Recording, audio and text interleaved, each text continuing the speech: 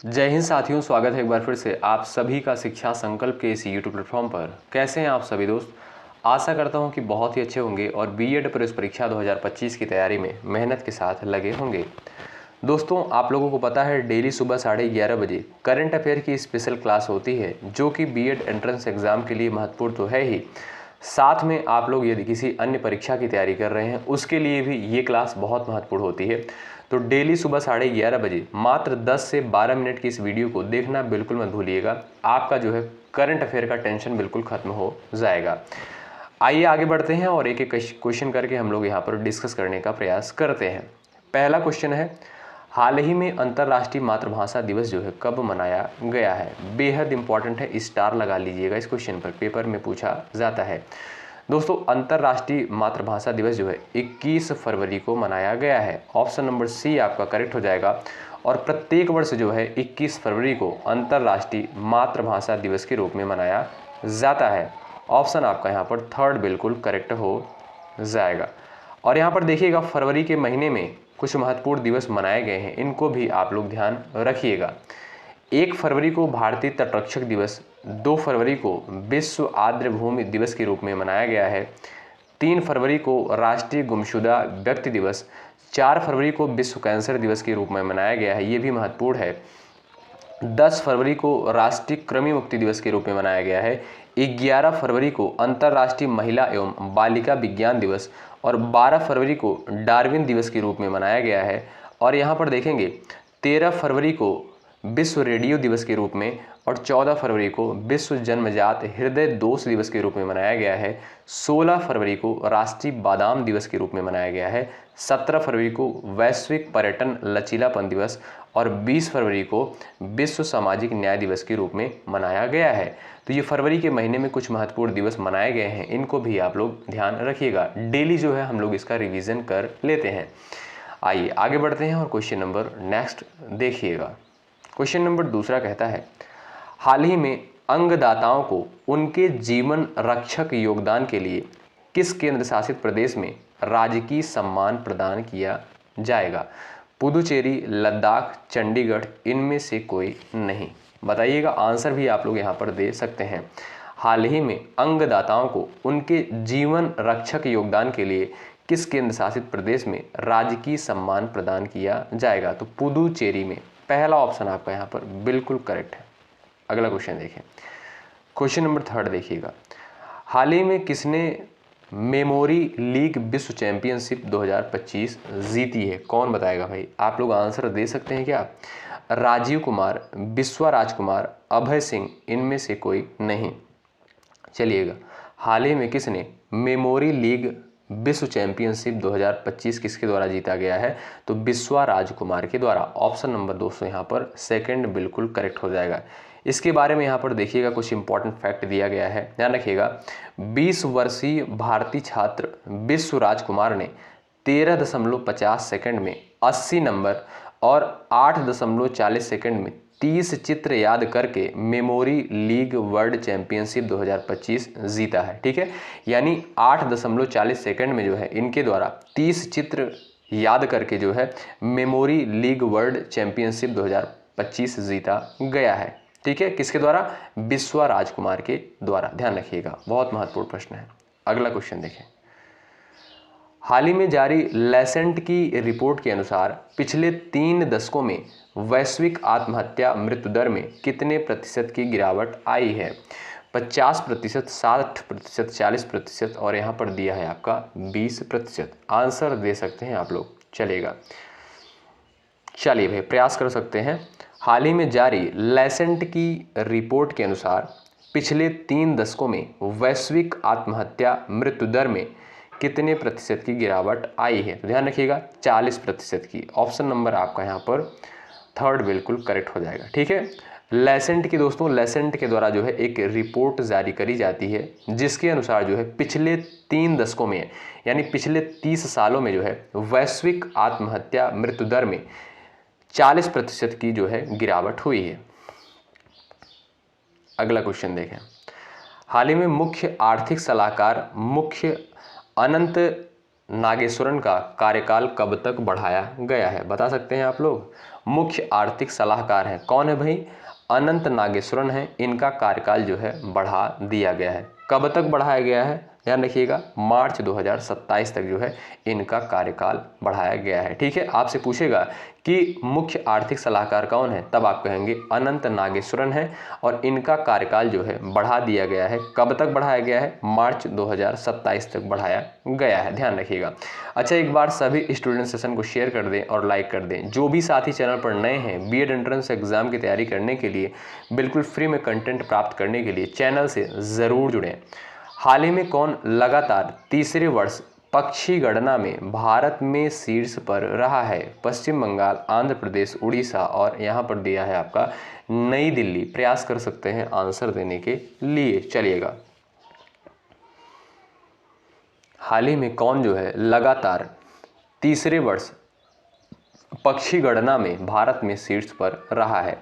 तो वो कौन है आपका? ध्यान रखिएगा, पश्चिम बंगाल। ठीक है, ऑप्शन नंबर ए करेक्ट हो जाएगा, जो कि पक्षी गणना में भारत में शीर्ष पर रहा है। पहला ऑप्शन आपका यहाँ पर करेक्ट हो जाएगा। अब देखिएगा, ये पक्षी गणना है क्या, थोड़ा सा फैक्ट इसमें जान लीजिए दोस्तों। ग्रेट बैकयार्ड बर्ड काउंट यानी GBBC के द्वारा जो है दुनिया के सबसे बड़े पक्षी गणना कार्यक्रम में से एक है, जिसमें दुनिया भर के पक्षी प्रेमी भाग लेते हैं और विभिन्न प्रजातियों की गणना करते हैं। इस वर्ष भी पश्चिम बंगाल ने भारत में सबसे अधिक पक्षी प्रजातियों की गणना कर प्रथम स्थान प्राप्त किया, जो लगातार तीसरी बार राज्य की यह उपलब्धि है। ठीक है भाई, तो यहाँ पर जो है इस क्वेश्चन का ऑप्शन नंबर आपका पहला राइट हो जाएगा। आपसे सीधा प्रश्न पूछेगा कि हाल ही में कौन लगातार तीसरे वर्ष पक्षी गणना में भारत में शीर्ष पर रहा है, तब आप कहेंगे पश्चिम बंगाल। पश्चिम बंगाल की राजधानी क्या है? कोलकाता है। यहाँ की मुख्यमंत्री कौन है? ममता बनर्जी है। अच्छा, कोलकाता जो है किस नदी के किनारे बसा है? आप कहेंगे हुगली नदी। कौन सी नदी है? हुगली नदी के किनारे बसा हुआ है। अगला क्वेश्चन देखें, क्वेश्चन नंबर नेक्स्ट है, हाल ही में किस राज्य की वन परियोजना को स्कॉच पुरस्कार से सम्मानित किया गया है? गुजरात, नागालैंड, आंध्र प्रदेश, इनमें से कोई नहीं। चलिएगा, प्रयास कर सकते हैं आप लोग। हाल ही में किस राज्य की वन परियोजना को स्कॉच पुरस्कार से सम्मानित किया गया है? नागालैंड ऑप्शन नंबर आपका यहाँ पर बी बिल्कुल करेक्ट हो जाएगा। ठीक है, नागालैंड की वन परियोजना को स्कॉच पुरस्कार से सम्मानित किया गया है। अच्छा, नागालैंड की राजधानी क्या है? कोहिमा है। क्या है? कोहिमा जो है नागालैंड की राजधानी है, ये भी ध्यान रखिएगा। अगला प्रश्न देखिएगा, हाल ही में किसे टाइम पत्रिका ने 2025 की वुमेन ऑफ द ईयर चुना है? चार ऑप्शंस आपके सामने दिए गए हैं, प्रयास कर सकते हैं। हाल ही में किसे टाइम पत्रिका ने 2025 की वुमेन ऑफ द ईयर चुना है? याद रखें, पूर्णिमा देवी वर्मन को जो है टाइम पत्रिका के द्वारा जो है 2025 में वुमेन ऑफ द ईयर चुना गया है। किसे? पूर्णिमा देवी वर्मन को। भारतीय जीव विज्ञानी पूर्णिमा देवी बर्मन को वन्य जीव संरक्षणवादी हैं और इन्हें जो है टाइम पत्रिका में वुमेन ऑफ द ईयर सूची में नामित किया गया है, जो एक भारतीय हैं। अगला क्वेश्चन देखें, हाल ही में सोल लीडरशिप कॉन्क्लेव के पहले संस्करण का उद्घाटन जो है किसके द्वारा किया गया है? चलिए, प्रयास कर सकते हैं। हाल ही में सोल लीडरशिप कॉन्क्लेव के पहले संस्करण का उद्घाटन जो है किसके द्वारा किया गया है? ध्यान रखें, नरेंद्र मोदी के द्वारा किया गया है। ठीक है, सोल लीडरशिप कॉन्क्लेव का पहले संस्करण का उद्घाटन, ठीक है, नरेंद्र मोदी के द्वारा किया गया है। अगला क्वेश्चन देखें, हाल ही में अमेरिकी जांच एजेंसी FBI के निदेशक कौन बने हैं? अमेरिकी जांच एजेंसी का नाम क्या है? FBI, और इसके निदेशक जो है कौन बने हैं? याद रखें, काश पटेल। ऑप्शन नंबर आपका सेकंड करेक्ट होगा। अगला प्रश्न देखें, हाल ही में किस राज्य सरकार ने सांस्कृतिक पहचान और प्राकृतिक संसाधनों की रक्षा के लिए भूमि कानून को मंजूरी दी है? उत्तराखंड, गुजरात, हिमाचल प्रदेश, इनमें से कोई नहीं। आप लोग भी प्रयास कर सकते हैं यहाँ पर आंसर देने के लिए। किस राज्य सरकार ने सांस्कृतिक पहचान और प्राकृतिक संसाधनों की रक्षा के लिए नए भूमि कानून को मंजूरी दी है? तो उत्तराखंड। ऑप्शन नंबर आपका ए बिल्कुल राइट हो जाएगा। उत्तराखंड राज्य सरकार के द्वारा सांस्कृतिक पहचान और प्राकृतिक संसाधनों की रक्षा के लिए नए भूमि कानून को मंजूरी दी गई है। पहला ऑप्शन करेक्ट है। अगर बात करें उत्तराखंड की राजधानी क्या है, आप कहेंगे देहरादून है। क्या? देहरादून। और यहाँ के वर्तमान समय में सीएम कौन है, मुख्यमंत्री कौन है, आप कहेंगे पुष्कर सिंह धामी। अगला पॉइंट देखिएगा, क्वेश्चन नंबर नेक्स्ट है, हेलो मशीन के बाद डिजिटल पायलट लाइसेंस जारी करने वाला दूसरा देश कौन सा? इस क्वेश्चन में थोड़ा सा टाइपिंग मिस्टेक हो गया, आप लोग इसको थोड़ा सा सही कर लीजिएगा, सुधार कर लीजिएगा। यहाँ पर कर लीजिएगा हाल ही में चीन के, ठीक है, हाल ही में चीन के बाद डिजिटल पायलट लाइसेंस जारी करने वाला दूसरा देश कौन बना है, तब आप कहेंगे भारत। पहले नंबर पर कौन है आपका? चाइना है। दूसरे नंबर पर आपका हो गया है, सॉरी आपका यहाँ पर देखेंगे, यहाँ पर जो है आपका पहले स्थान पर चीन हो जाएगा और दूसरे स्थान पर आपका भारत है, ठीक है।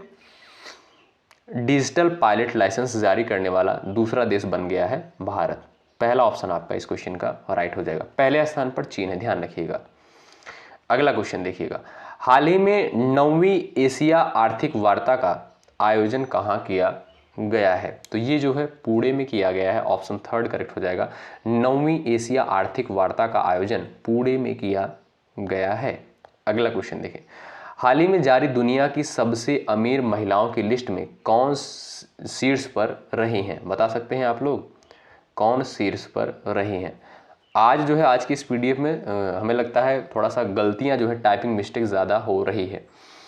और ये लास्ट क्वेश्चन है, आप लोग बता सकते हैं हाल ही में जारी दुनिया की सबसे अमीर महिलाओं की लिस्ट में कौन जो है शीर्ष पर रही हैं? Alice Walton, option number A correct हो जाएगा। ऑप्शन नंबर आपका ए बिल्कुल राइट हो जाएगा, ठीक है। दुनिया की सबसे अमीर महिला की लिस्ट में शामिल है, ठीक है, और ये शीर्ष पर है। ऑप्शन नंबर ए बिल्कुल राइट हो जाएगा, ठीक है भाई। तो यहाँ पर जो हमने लगभग 14 क्वेश्चंस को कवर किया है, जो कि महत्वपूर्ण है किसी भी परीक्षा के लिए। आप किसी भी एग्जाम की तैयारी कर रहे हैं, डेली सुबह 11:30 बजे इसको बिल्कुल मिस मत करिएगा। यहाँ से आपके करंट अफेयर के क्वेश्चन तैयार हो जाते हैं और मात्र 10 से 12 मिनट में, ठीक है भाई। तो चलिए, बहुत बहुत शुक्रिया अंत तक बने रहने के लिए। मिलते हैं आपसे नेक्स्ट क्लास में, तब तक के लिए बाय बाय, टेक केयर, जय हिंद, जय भारत।